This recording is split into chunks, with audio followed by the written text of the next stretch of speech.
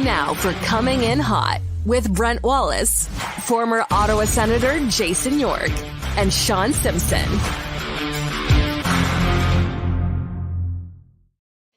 Boys, good afternoon. Welcome to Coming In Hot. Brent Wallace alongside Shawn Simpson and Jason York, who, by the way, Yorkie, it's only October the 16th. I'm willing to give you Employee of the Month based on your face being frozen somewhat today. I'm only using hand gestures today on the podcast. I should be just like the old cartoons there, Simmer, the old Looney Tunes, when the guy had the bad tooth, they put the thing around his head, the old handkerchief. I got to say a shout out, though. I had to get something removed out of my mouth today. It was I shouldn't even be here today. Like, I'm playing hurt today. I should be employed. But Dr. Sandra out at Canada, I'm gonna butcher this, Pediatronics. Anyways, she's a great oral surgeon and a new subscriber to the pod. She listened to the pod the other day. Loves the pod, Dr. Sandra. But she went in there today, Simmer, and I went to the dentist last week. They found a little thing above my gums. You know, it's safety first. Do a little removal of the growth above my gum. But it's scalpel. They slice it off, blood. But Dr. Sandra, I didn't even feel it, but I'm going to feel it later on today. The freezing's still in. But I'm don't make me laugh. Whatever you guys do today, don't make me laugh, because the stitches will come out. There'll be blood everywhere. You should be playing with a shield today. Well, you should have your shield on. Full mask. Young Zachary in the chat said you need the fish bowl today. That would be perfect for you. Yeah. Hopefully all for good health. And looking at the weather going forward, Yorkie, I think you'll have a few days on the golf course. So that'll solve you pretty quickly. Yeah, we got to get out again, Simmer. Your game was pretty good at Rideau View. You went from a guy that was going to walk and not play to playing 17 holes. Yeah. No laughing. Yorkie, by the way, we won't make you laugh on the show because there's nothing funny about our show. We are all business. We are going to get to, by the way, huge collision in practice today. Linus Ullmark update, JBD update. Well, even Ridley Gregg. We'll get to all that, but we do have Carter Hutton that's going to join us. Hut's played with Linus Ullmark, if you didn't know, in Buffalo. He knows him well. Be able to talk about that. We'll also talk to him about Anton Forsberg and his game, who today said, well, shit happens, when we talked about his game from Monday. So he's ready to move on. And so we shall too. Depends, though. Our question is, who's going to be in goal? So we will get to that as well. Is Jake, do we have Hutz yet? I'm going to assume he's still about to join us in a sec. No, yeah. All right. So I'm going to get to this collision today in practice. At the end, near the end of practice, I was busy on my phone, and all of a sudden I just hear whoomph in the middle of the ice. Two bodies now laying on the ice. It's Thomas Chabot and JBD. Shabby gets the worst of it as he comes to the bench, sits there for a bit, and then leaves. Here is JBD on the collision. Yeah, I mean, obviously sucks that Zuby gets injured, and but I guess it's just an opportunity to hopefully for me to come in and do my thing and hopefully help the team. What do you want to do with this opportunity? I think just play my game. I mean, obviously I've been out for the last 3, so been in good shape. Just doing lots of workouts and some bag skates, so I'm ready to go. What was the message you got from the coaching staff about what they want you to do? I mean, I think just consistency and being hard to play against. Being mean in corners and not making it easy on opponents to get to our net. You've been in this position before. You know how to approach it too, right? Yeah, I mean, absolutely. I think last year really helped me out, and whether it's injuries or you get in because you deserve it at the end of the day, I guess you just got to do your thing and put my best foot forward. Sorry? Yeah, I mean, I think it's just an accident. Obviously, we're battling, and we just ran into each other across ice. So hopefully he's all good. I don't think so. Just it's a battle drill, so it's going to happen every now and then. Do you have a nice relationship with Tyler? I mean, we played together a little bit in college, and obviously a little bit here too. So, but I think we both know each other's game pretty well at this point. So it shouldn't be too hard of a transition.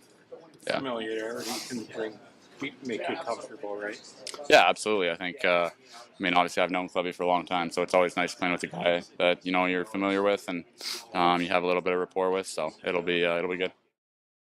Okay, so that was the whole clip of JBD coming back in the lineup, who will come in now to replace Artem Zub, who is officially listed out with a concussion.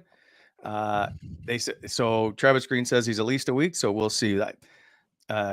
Although Zuby's had a couple concussions of late, so we'll see how this all plays out. But JBD ready to go, and the update on Thomas Chabot was perfectly fine from Travis Green. So of course, hey, how about JBD? A little bit of the heater in that interview, with the old sniffs. Remember heater when he would do the answer a question, you go. It's like that was the heater's trademark.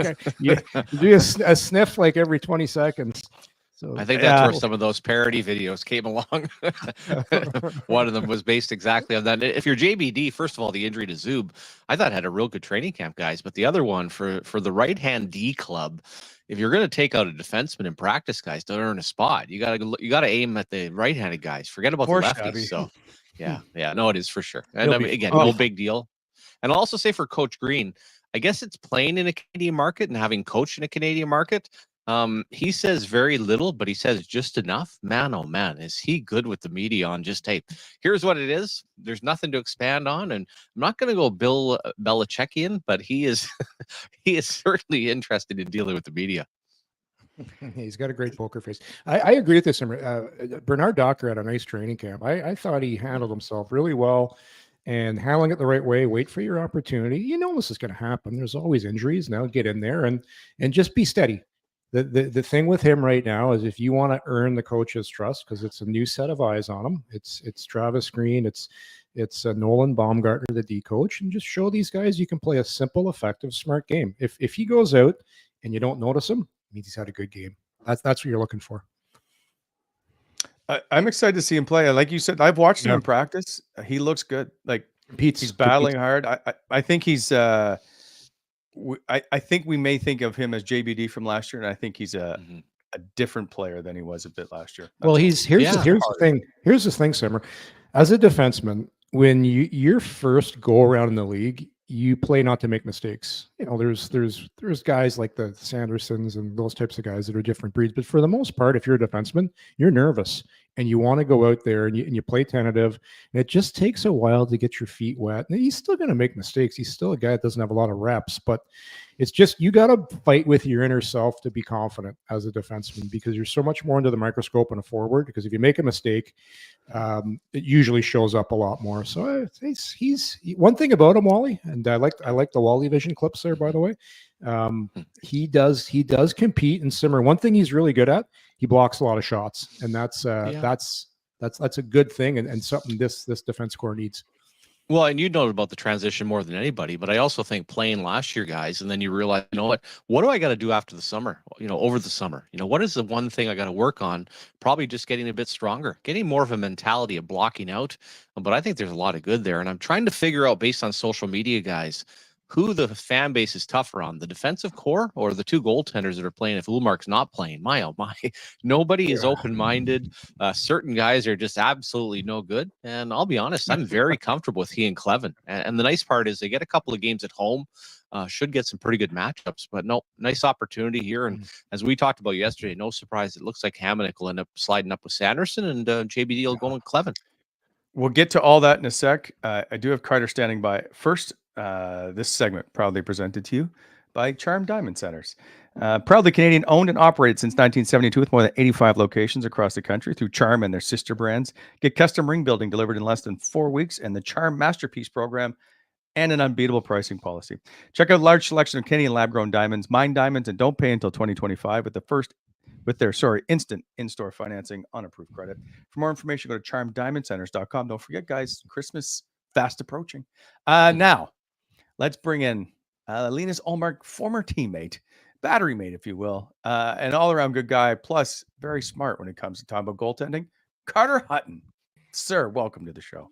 What an intro there. I don't know, smart about goaltending. I'm not sure.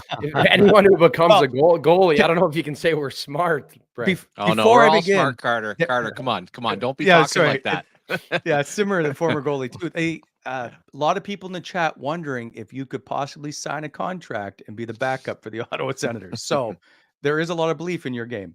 Well, right now it looks like they could use it, and I think that's the question mark, right? Honestly, it's been tough, and it's one of those ones. It's a tough position to be the backup, and I think something that I learned to deal with when I played in Nashville, playing with Pekka Rinne, something that Forsberg's going to deal with playing with Ullmark, obviously when he gets healthy and if he gets going, right, he's going to play more minutes, is when you get a chance to play, you have to play well, and no one cares why you're not in a rhythm or why you're not playing well, and that is the cross you bear as the backup goalie, and at times it's tricky, and I think for him, you look at his games played throughout the years. His best year in his Ottawa when he played the most. The last 2 years with less games, he hasn't been as good, and that's worrisome, I think, right now, especially the way that LA Kings game went the other night. So let me ask Carter, because people say, well, the preseason doesn't matter too much. His preseason numbers weren't very good either, and they've carried over to this game. Do you put much stock in how he played in the preseason, adding last year to the preseason to this game here? Like, how does he correct this game? I definitely don't think I would put a ton of weight into the preseason.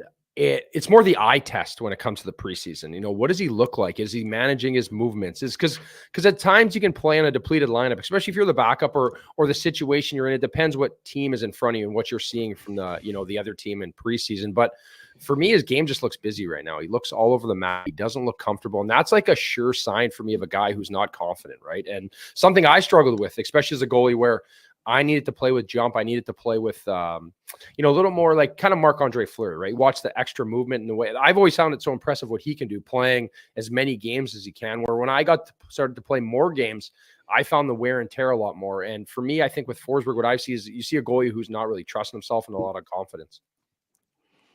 So what do you do?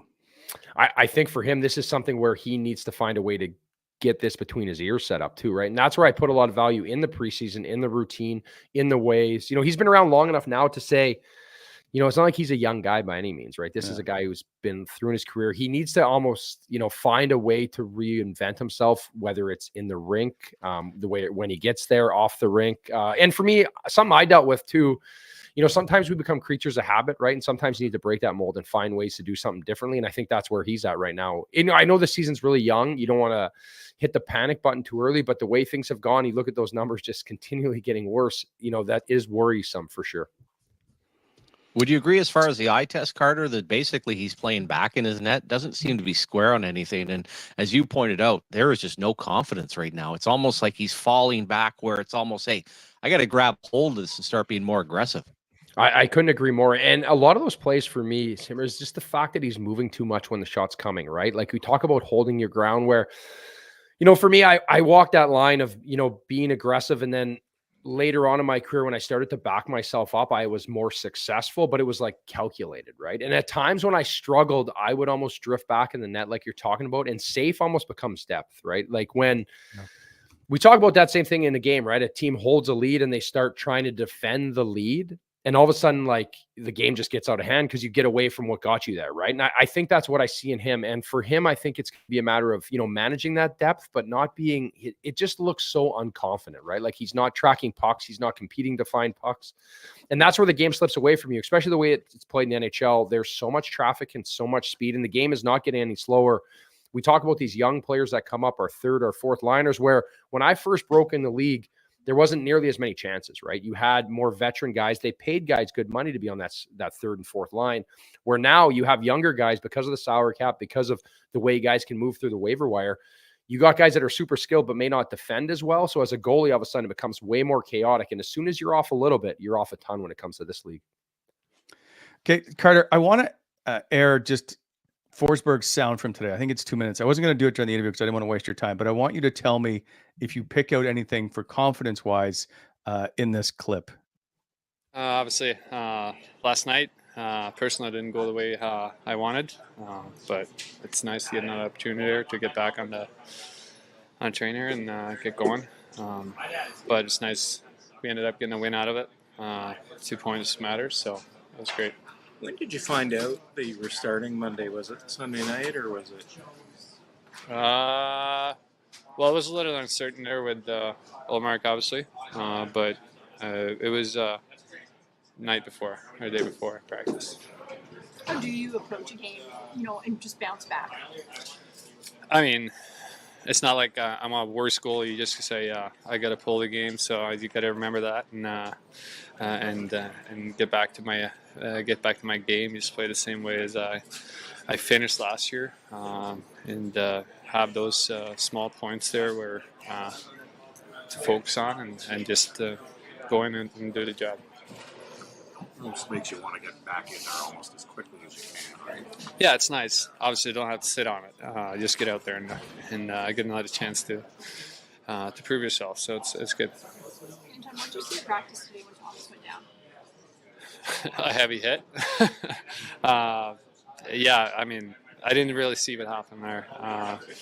They tried to do some crossover there and hit each other. I learned more than that. You're pretty good at shaking it off too, like and moving on. I mean, I've been pulled a few times last couple of years, so yeah. I mean, it's just part of the game. At the end of the day, it's about go back to your own game, focus on that. Shit happens, and just gotta go with it. So there you go. I love the ending. Yeah, I can appreciate him going, well, just moving on. And again, it's just a game. But are you sensing anything in there from what he's talking about? Like, nobody brought up him being a questionable goaltender or being pulled. He's referring to it, and that's what concerns me a little. Yeah, I think there's a little bit of doubt early in the interview. I think as he starts to lighten up at the end, it's a little more, gains a bit more confidence with me. It's one of those ones, because trust me, there's a lot that goes through your head when you're not playing well, when you're fighting it. And, he's played in the NHL a long time. He's not stupid, right? And I've been in those situations where I can't stop a beach ball in morning skate or, pregame skate for the game. And I end up playing lights out and vice versa. There's times where I feel unstoppable and I can't get the job done. But the biggest thing that I take away from that is something he mentioned about is like, he didn't really change as a goalie, right? And Mitch Korn, who I had for a lot of years, a famous goalie coach, always talked about not losing talent overnight. And it's something I think in the moment is really hard to compartmentalize and understand, that like the ebbs and flows of the game. But for me, it's worrisome a bit. Just even watching him take shots there, it just doesn't look comfy. It looks like he's very antsy. And it, like, for me watching that, it doesn't look like an NHL warm up, right? Like, I'm talking about, you could sit there with 100 pucks as goalie coach is shooting on them. You should be catching 99 of them, right? It just doesn't look good. It is worrisome for me in that sense. But again, I'm sitting here in the same position that Forsberg has been in. I've been in those situations. And sometimes just getting to that game and getting that first shot, maybe he finds a rhythm and can get it done. Pure speculation, Carter, but when you go back to the double knee injury, that's kind of where it wasn't just last year, it's 2 years ago. Do you think there's anything to that? Because let's be honest, his game has not quite been the same athletically. Yeah, I think it is. It's a game where, when you lose a little bit of mobility, something gets you off track the way you train. And it's kind of like trying to catch a moving train after that. For me, when I hurt my ankle, I was 35 turning 36. I was never the same goalie. I couldn't really rehab that summer. And then that season in Arizona, I was a mess, right? And I took a beating. I'm sure there's people sat on podcasts and shows and talk shit about me as well, right? Like it's something that happens, right? It's an unfortunate position. Like we signed up to be goalies, right? And that's something that I kind of tell younger kids I work with is like, you pick being a goalie. This is kind of the cross you bear, but you lose a little bit of mobility, especially the way we play now with RVH and how fast the game is and how athletic you have to be. A little restriction can go a long way. And you look at the numbers, that they don't really lie at this point, unless it was a guy that he doesn't seem like a person that would just sign his contract and then shut it down either, right? This seems like a gradual burn downhill here. Carter, I'm now putting you down as official goalie pot stirrer in Ottawa. Everybody was like, it's just one game. It's not going to be like what I'm seeing there in the warm-up. It's not good. It's not good. I know. Well, I don't want to be the pot stirrer because I can't stress that enough. I've been in those situations. I remember a game I started against the Calgary Flames in Buffalo. I was so bad. I remember in practice talking to Andrew Allen, who was my goalie coach, and being like, what's going on with me? I couldn't stop a point shot. We were doing one-timers from the point, and I couldn't even control a rebound. And these are things that are like, as an NHL guy, this should be just boom, boom, boom, right? And I played that night. I believe we won 2-1 in overtime. I was first star of the game. I played absolutely lights out. But I think that's where the mental fortitude that you build over the years and how you can block out those negative thoughts and how do you approach the game as a pro, right? And that's where you hope all this experience and these different games he's been into, he can get to that, right? Because we all go through these in our life, especially as goalies, right? It's tricky because when you're going through it, you can't hide from it. If you're on the third or fourth line or the fifth or sixth D pairing, you can have a bad night and maybe your goalie plays well and you hide it. But as a goalie, there's no running from it. So a question for you. How well do you, I mean, obviously, Linus very well. So he comes out of the Montreal game on Saturday, says he has a strain, doesn't skate Sunday. We didn't see him Monday. Tuesday, he may or may not have skated. And today he was on the ice before practice. Travis Green says, I'm not going to announce my starting goalie today, if that's what you're asking. I'm curious if Linus Ullmark could be in the lineup tomorrow night against the New Jersey Devils, or does he need a full practice? I think we make a bigger deal out of full practices more than most, but you tell me if a goalie can be ready to go without a lot of practice time. No, yeah, he could be ready to go without a lot, especially the way that Linus manages a game. And I don't know if I touched on that when I was on earlier in the summer when you guys first signed him, but the way he manages a game with like I would get in the game and I would get 20 shots and I'd drop 6 pounds because I'm so busy and the way I play, where he'd get 40 shots and be the busiest guy in the rink and he'd come to the bench like he was just taking a walk through the park, right? He just manages the crease, manages the game, and we talk about that as movement. So for him, I hope this is just a decision of being a pro, right? Being the smarter, more mature guy that's not trying to play through something that's small, knowing that we don't want to turn this into a big issue, right? And for him, I don't think a practice is going to be the end of the world missing that if he step into the game. The more important thing for me with Linus Ullmark in the situation is let's not turn a few days into a few weeks into a month, right? And that's where being a good pro and knowing your body with maturity and now having the contract, I guess, not having that pressure to do it right away, but at the same time, seeing that your team just gave up 8 goals and they need you in the net, or 7 goals. Sorry, I don't want to get it carried away. I gave up. Allen gave up 10 one time in Columbus. He got pulled. I went back in, but that was the way Hitchcock ran it back then. Everybody sucks. So it was, I've dealt with it all, but I think for Linus Ullmark, he'll be totally fine jumping in there. Any worries about the durability? I know that's a tough thing, but here's a guy that has not played. I don't think he's played 50 games, over 50 games as a pro. Yeah, I don't really worry about Linus's durability. He is a guy that puts a lot of time in the gym, and I think his maturity off the rink has really helped him to understanding what he needs to do. And again, I circle back to that. The load management during a game is so important. Like the amount of excess energy that I would burn playing. And then when I got into that 50 plus game seasons, I was like hanging on by a thread. So I have even more respect for those guys that play big minutes that can manage it. And I think I would put Linus into that category of, Connor Hellebuck, just big, knows how to use his positions, can manage it well. But then at the same time, when we played in Buffalo on a team that gave up a lot of chances and I was injured, at times he carried the mail and he was the guy. So I don't stress as much over the durability. It's more just him getting some reps in now because he's on a new team and he's in this market just to kind of, you never want to see that. If this happened at game 20 and the Sens were, 12-6-2, it'd be less stressful. I think it was just a little hiccup where right now it's so early in the season. He just signed that contract. There's so many intangibles that go with it. I think that's why it gets heightened so much. How many, with a healthy, let's just presume he's going to be healthy for this is just a little blip, Carter. It's maybe one more game. He's healthy for the rest of the year.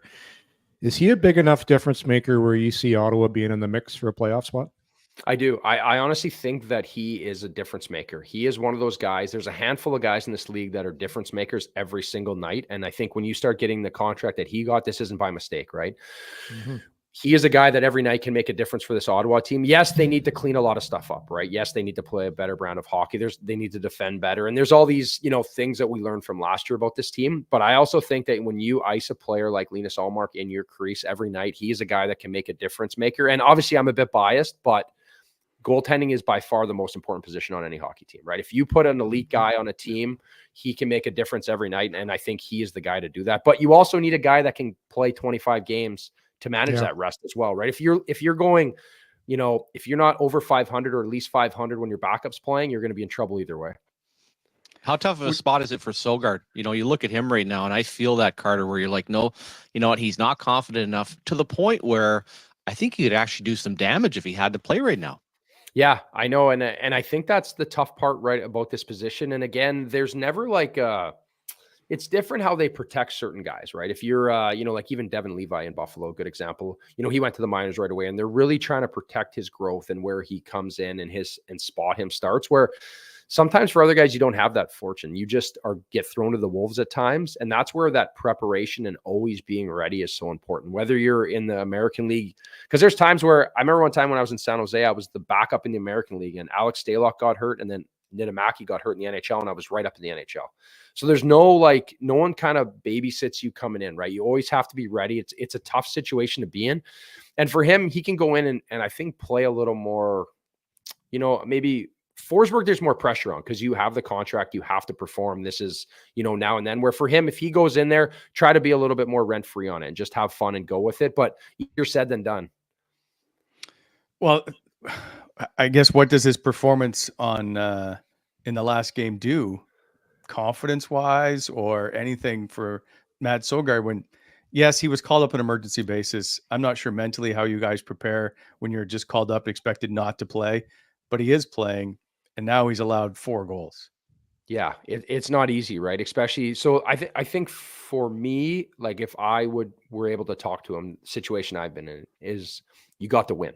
Right. And that is priority number one. You found a way to win the game, and at times made saves that could have changed the game. Right. Like it's never how many you make, it's when you make them. Right. And that's someone always taught me when I was younger. And I think it really started to resonate with me as I got older, because you'd be in a game where it's 3-0 and you've played like crap so far, but you make a timely save and little things to build on. Right. And for him, it's obviously a tricky situation. He's not where he wants to be in his career. He wanted to be up. He wants to be playing. He wants to be in the mix, especially, seeing some games, but there's a little bit to build off of there. And I think for him going into this game, I'm sure there's been communication of be ready to go, because there is a little bit of doubt. There is the lack of what Forsberg's brought to the table so far. But for him, this, again, I hate to say it, I beat the drum on it, but we chose to be goalies. This is kind of the situation you're in. And I think if you told him at the start of this year with Ullmark coming there that he'd be already up and getting games and being in this situation, he would have gladly took it. How patient do you have to be with a 6'7" goaltender? I saw this firsthand with Ole Kolzig. I think about Markstrom. I think there's a lot of examples. Even Ben Bishop, everyone points to. He was 27 years old before he became a starting goaltender. So is it kind of like, hey, pump the brakes here, understand that he's only turning 24 years old, and it's going to take some time?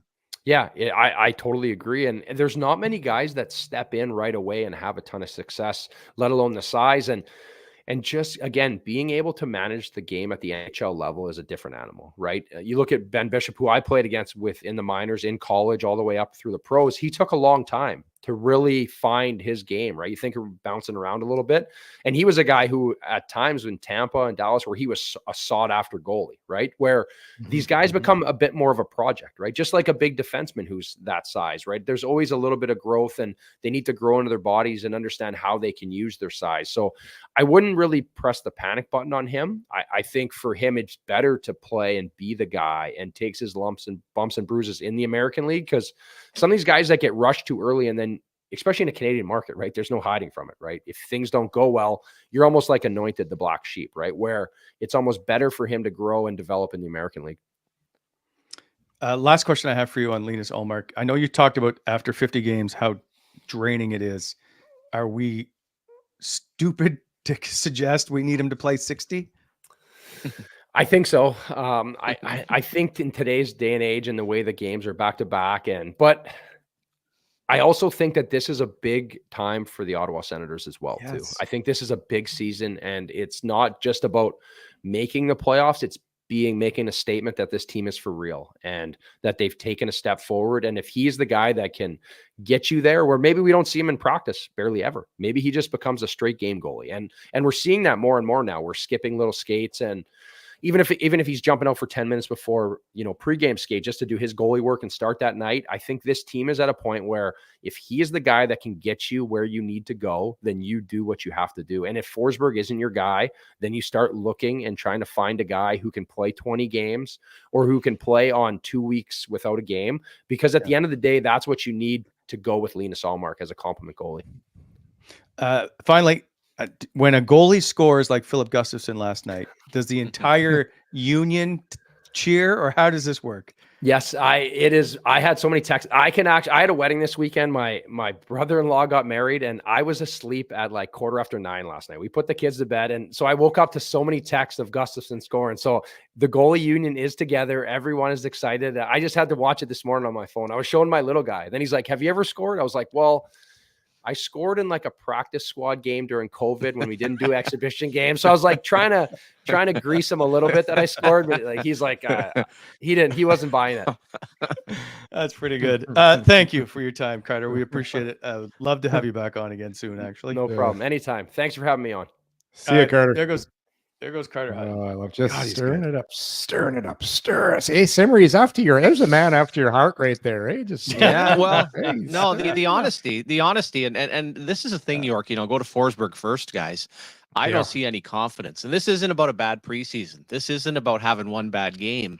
This is starting to build something that I built up in junior, and I built up when I turned the American Hockey League. It was not just a small sample size. It was enough where you're scared to death. And I don't know how he deals with, and everyone, no, but it's true, but everyone's different. But what all of a sudden creeps in, guys, is nervous energy. And you've all had it. I don't care what walk of life you're in. Yep. When you have nervous energy, you end up losing some of your mojo. You come into the game. It's the day before, you're talking to the media. By the time you arrive for game time tomorrow night, guys, you're fried. Like, it's really a tough spot. So I don't get the sense. On one hand, you'd say, oh man, the fact he's getting back in there is going to be awesome. But I feel more like he is right now thinking, man, I am absolutely terrified to go on the net tomorrow, and understanding that there is really no backup goaltender. But again, we'll see. And he's a good guy. He works real hard. But I'm not sensing any real, but like I said, there's been too much in the last 2 years, plus the preseason, plus one game. It just has not gone well. Yeah. He's not terrified. You don't get to be at the NHL level being terrified, do you? Oh, my first training camp, I sat down with Clint Malarchuk, and he said to me, I am terrified going into every game. I'm like, thank you. I thought I was the only one that felt like this. And he talked and he said, listen, I am just so thrilled to get through a game. And there's so many guys in that position. I'll use pitchers in baseball. I'll use quarterbacks. I'll use goaltenders. There's so many of those athletes, guys, that they go into games and it's just like, man, if I could ever just get through this thing and end up winning a hockey game, it really is, Wally. I'm so sincere about that. You'd be shocked at how many guys feel like that. Not everybody's a Marty Brodeur or a Fleury or somebody that just goes in, and even Ullmark that's having fun. No, for a lot of guys, that is not the case whatsoever.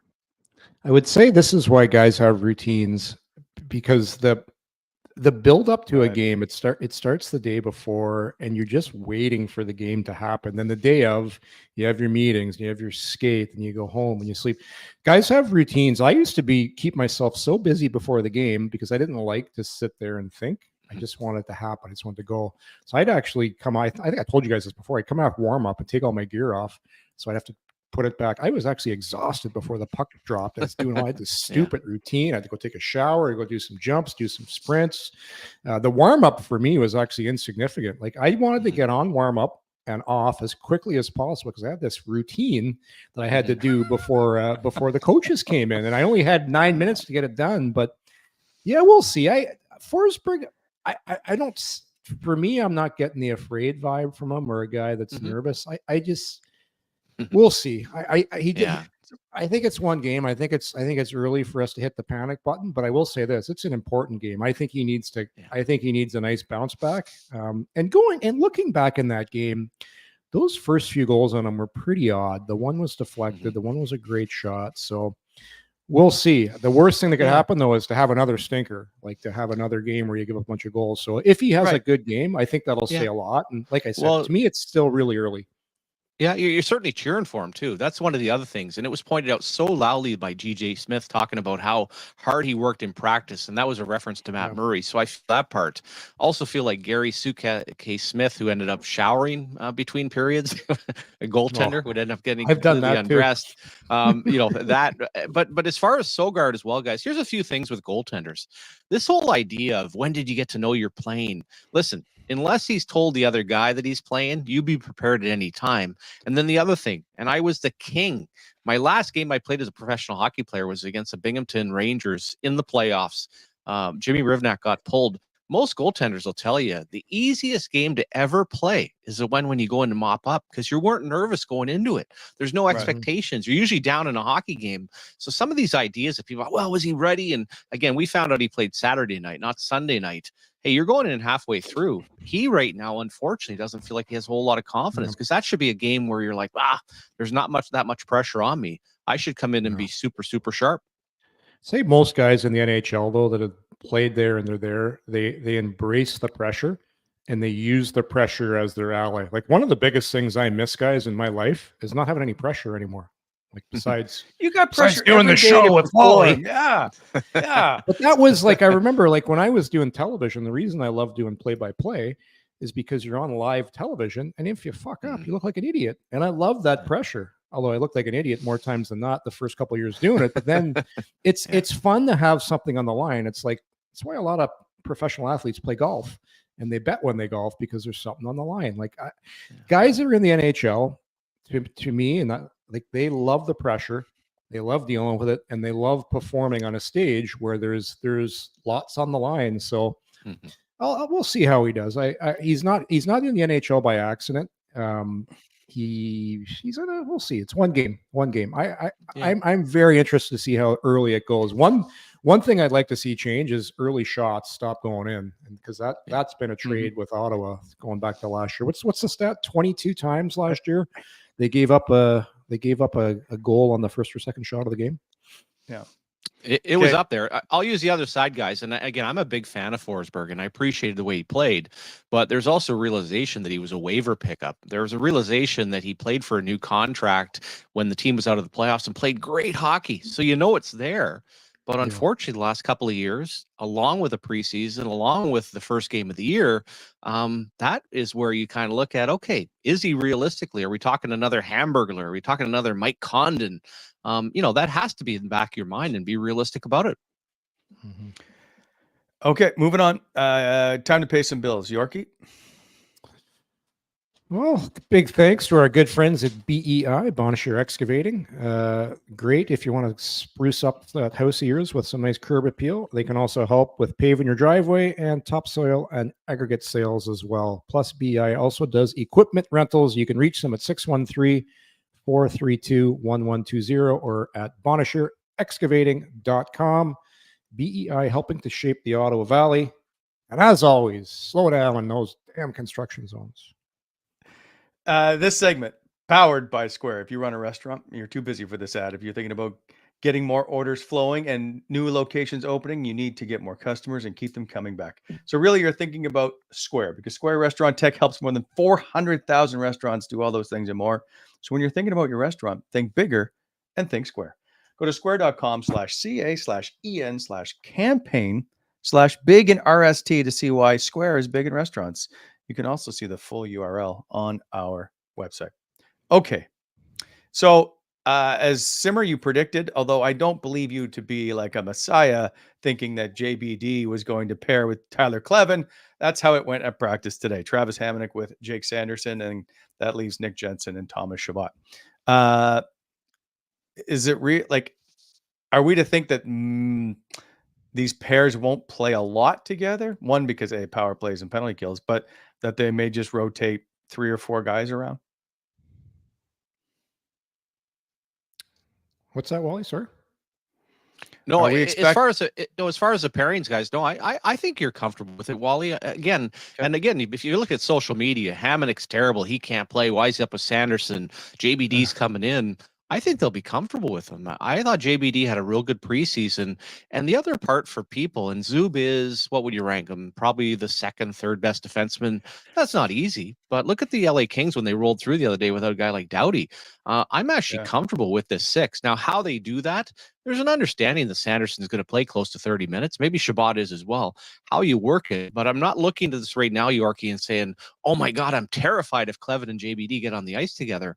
I think both of them have some poise. It doesn't hurt that they know each other from college. And I thought the sample size that we saw last year was pretty good.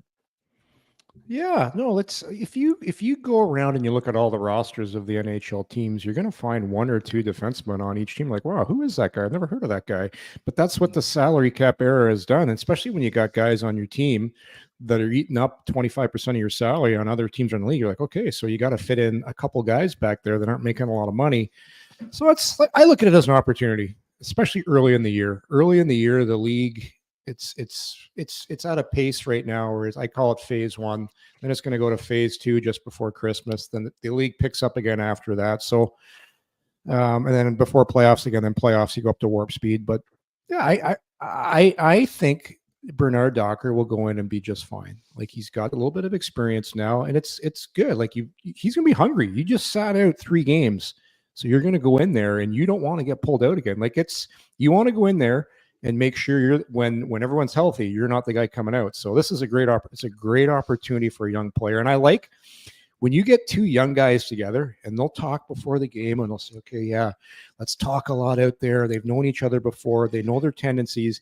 And you kind of get a little bit of you get each other fired up. And it's like, you're in this together now. We're the 2 young guys and we're going to go out and keep it simple and just be a very simple first play, first look type of game, and they could surprise you and have a pretty good game just by though they won't get the tough matchups and because it's a home ice advantage. Yep. But I like seeing stuff like that. Put 2 young guys together and see how they do.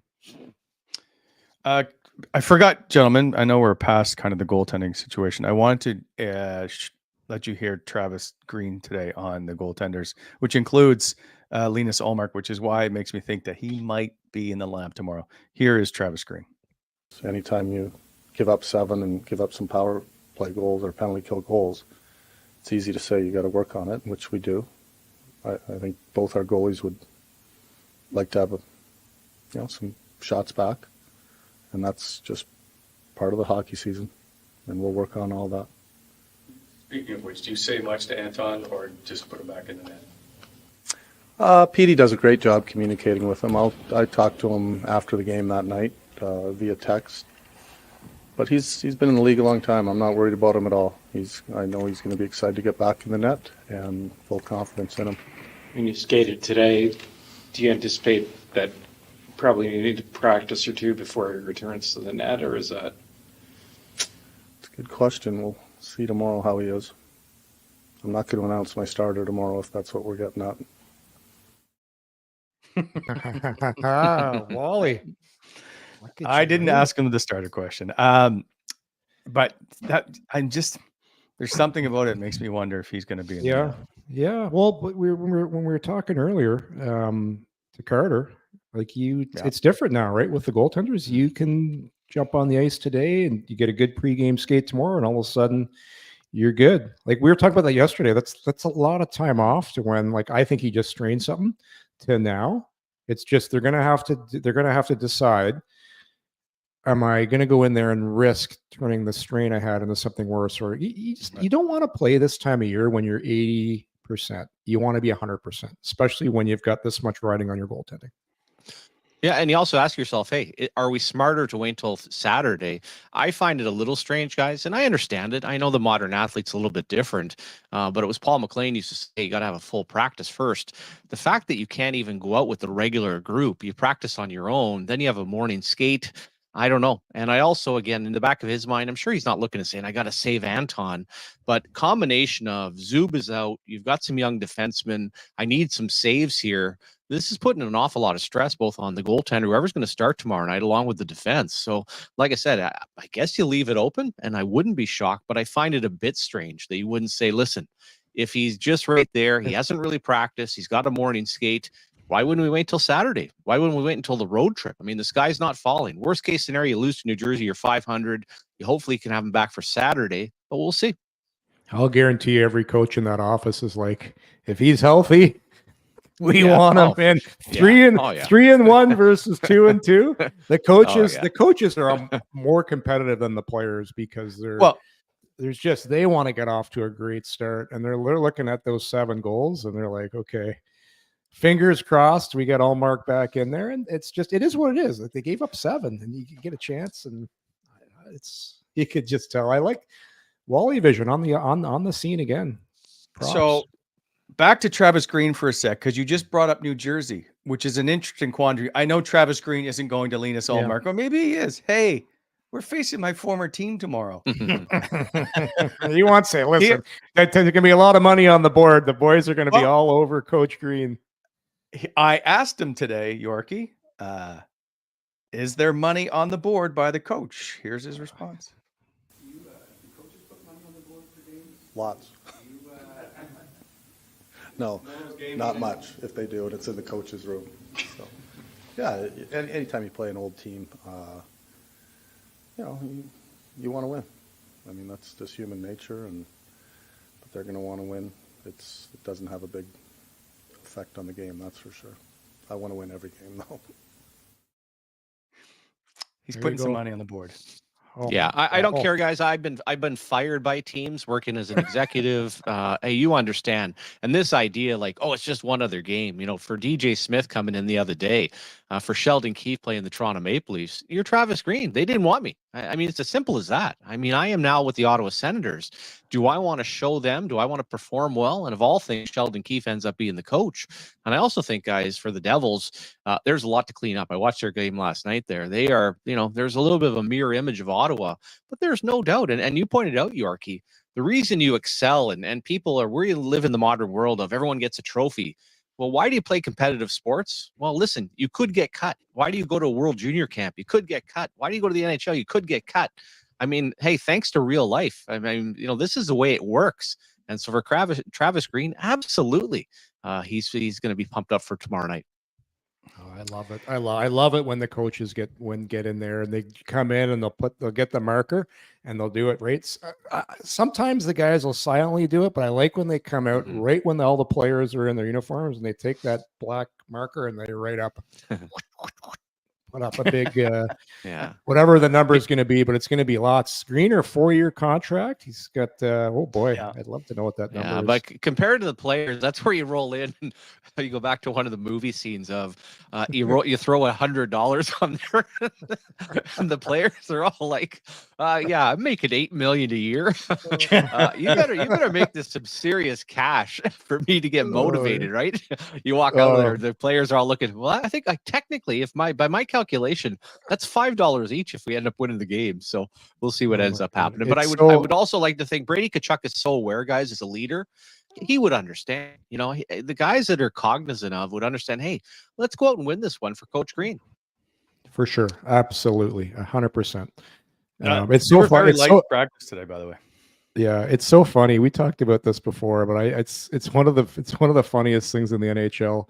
Guys will go through those game notes like a fine tooth comb to find any connection to a player that might have played with that team, has an aunt or uncle that lives in New Jersey, has vacationed in the New Jersey area, anything to try and lost money at the casino in Atlantic City. Yeah, just to get guys to put money up. It's just, and there's always one or two guys there all over guys in the dressing room to do this. It's so much fun. I'm just trying to quickly go through. Nick Jensen must have some kind of tie to New Jersey. You figure some of them are. Anyway, by the way, Josh Norris almost broke Wally vision today. As he, yeah. So, like I said, guys were pretty light in practice today. As they skate around early on, puts his stick through the hole in the glass where I'm shooting from, and I'm like, and he hits it's my phone that's recording the video, and I wasn't recording at the time. I was just putting it up. Anyway, there's a big tape mark on the outside of it. I was like, he skated back after. He goes, "Did I break it?" And I was like, "No, you're good. You're lucky." That means he's got to come on the show. That's what that means. Hey, he'll be on. We're just letting him get settled into the season. But yes, we always have a good chat.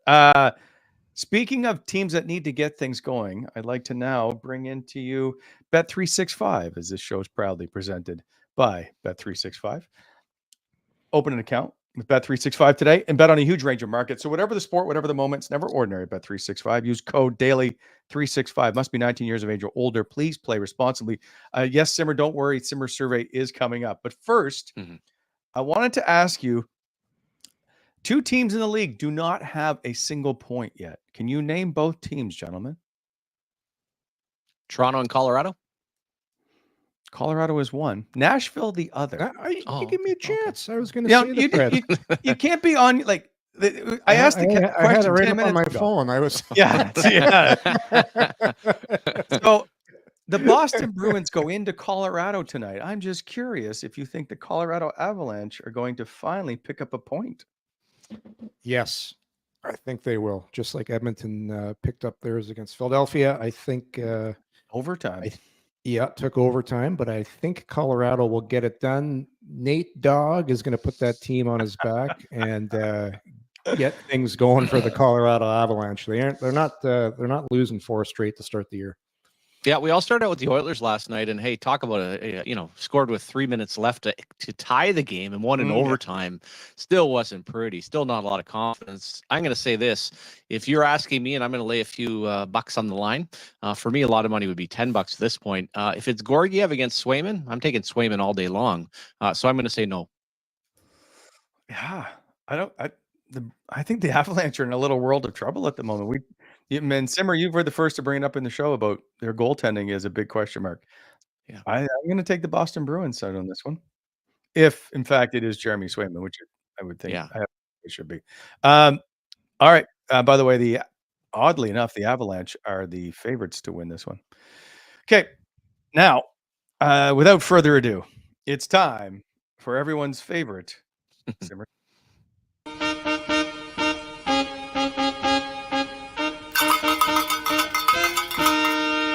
Hear ye, hear ye. Look at that weather down on Spark Street, right? Just going to be golden here going forward. What I thought about yesterday, it was fun when I ended up talking to DP and asking about the goal song. Why don't we go from that? So a simple one, a little bit different. What decade should the Sens goal song come from? Little 70s action, which I think I'm going to say, I hope I'm right in saying Gloria would be 70s when the St. Louis Blues took it. Would it be 2 80s, 3 90s, or 4? I know the 2000s isn't just a decade. It's multiple. It's 24 years. But what do you think, Yorkie? By the way, Yorkie, before you answer, Laura Branigan's Gloria, 1982. Oh, wow. Okay. There you go. Wrong on that. I love my 80s. Definitely not the 2000s. I got a hard time finding some good goal songs out of the 2000s. 90s was a pretty big grunge era, a lot of alternative music. You know what? I might dip into the 70s. Maybe get a little ABBA. Maybe get. I might go 70s on this. Let's go deep. Let's go. Well, with the Swedish influence on the team, that's a possibility. I'm trying to think. Would you go money, money, money? What would you end up going? Hey, probably everyone would go Dancing Queen. What do you think, Wally? Well, I read the question wrong. Oh, I was thinking a post-game celebration song. Yes. Oh, post-game. Okay. Post-game. Right?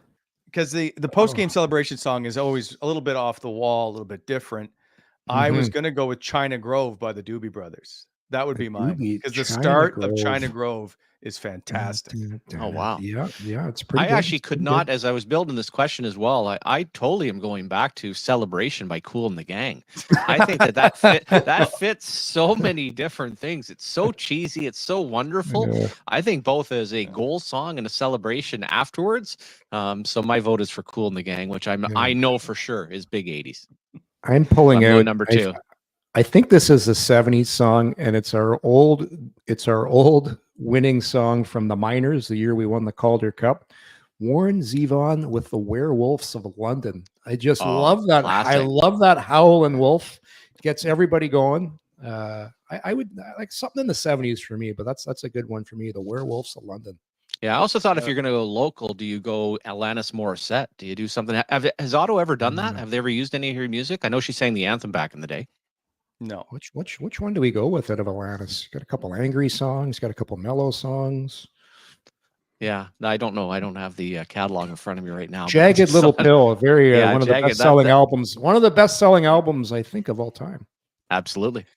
I think you should go, if you're new Ottawa, perhaps Wu-Tang Clan, or by our good friend of the show, Talk, who has some great music. Yes.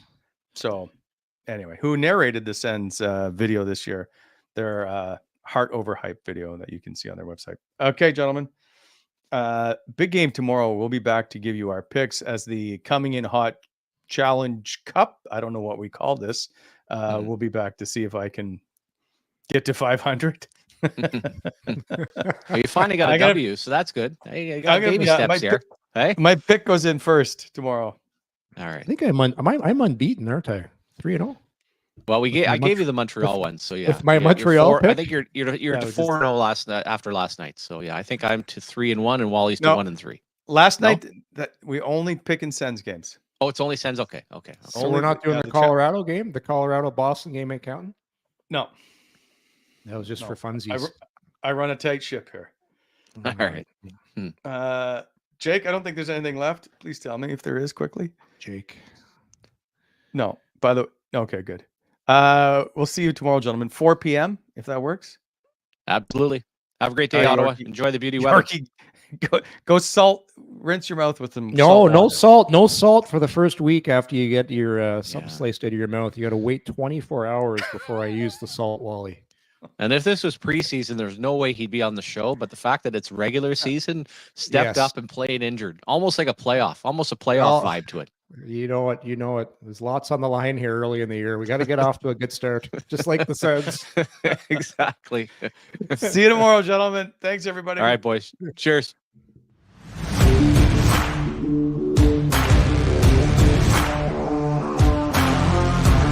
Thanks for tuning in to Coming In Hot. If you enjoyed the show, hit that like button and be sure to subscribe to never miss an episode.